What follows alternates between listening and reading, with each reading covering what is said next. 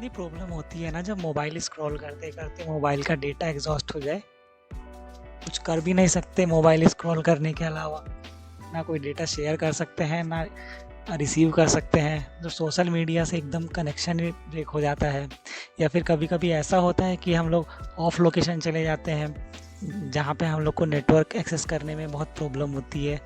तो ऐसे में क्या करते हैं हम लोग, नेटवर्क सर्च करते हैं, इधर उधर मोबाइल को घुमा करके ट्राई करते हैं कि कहीं से तो नेटवर्क आ जाए जिससे कि हमारा मोबाइल डेटा फिर से रनिंग हो जाए, है ना।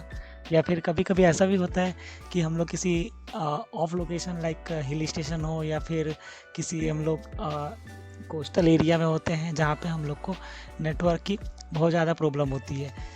ऐसे में क्या करें, अगर आपके पास में ऐसा सॉल्यूशन हो कि आपको इंटरनेट पे डिपेंडेंट ही ना रहना पड़े अपना डेटा शेयर करने के लिए। ऐसा ही कुछ लेके आए हैं हमारा टेलीकॉम डिपार्टमेंट D2M नेम से, like direct to mobile technology. चलिए देखते हैं क्या है ये D2M या डायरेक्ट टू मोबाइल टेक्नोलॉजी।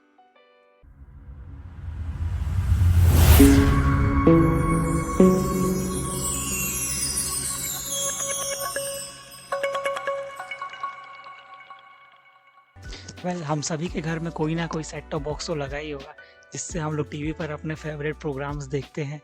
ये सेट टॉप बॉक्स कोई भी हो सकता है, या फिर टाटा स्काई का झिंगा लाला हो या फिर एयरटेल हो या फिर वीडियोकॉन का D2H हो। काम सभी का वही होता है। बट आपको पता है कि ये D2H काम कैसे करता है? चलिए इसको समझते हैं। एक्चुअली इस पूरे मैकेनिज्म के पीछे वर्क होता है सैटेलाइट का। हमारा जो घर में जो सेट टॉप बॉक्स लगा होता है वो जो है डायरेक्ट कनेक्टेड होता है हमारे सैटेलाइट से। सैटेलाइट के थ्रू जो सर्विस प्रोवाइडर्स होते हैं वो हमें कोई भी चैनल्स ब्रॉडकास्ट करते हैं जो हमारे सीधे घरों तक हमारे टीवी में आता है। आपने जब भी टीवी में देखा होगा कभी भी आपको बफरिंग नहीं मिलेगी, बट आप मोस्टली इंटरनेट में ऐसा होता है कि जब हम लोग कोई भी वीडियो या गेम प्ले करते हैं या फिर कोई लाइव वॉच करते हैं टीवी शो, उसमें हमें बफरिंग शो होती है।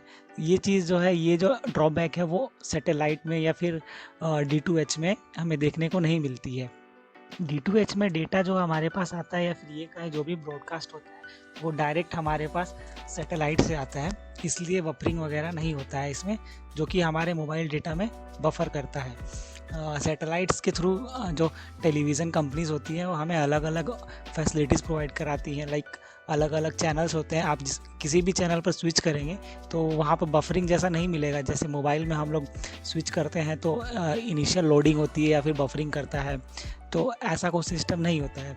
तो इसी टेक्नोलॉजी को यूज़ करके गवर्नमेंट जो है वो D2M पे वर्क कर रही है, जिसमें डेटा को डायरेक्ट सैटेलाइट के थ्रू ब्रॉडकास्ट किया जाएगा डायरेक्ट आपके मोबाइल में।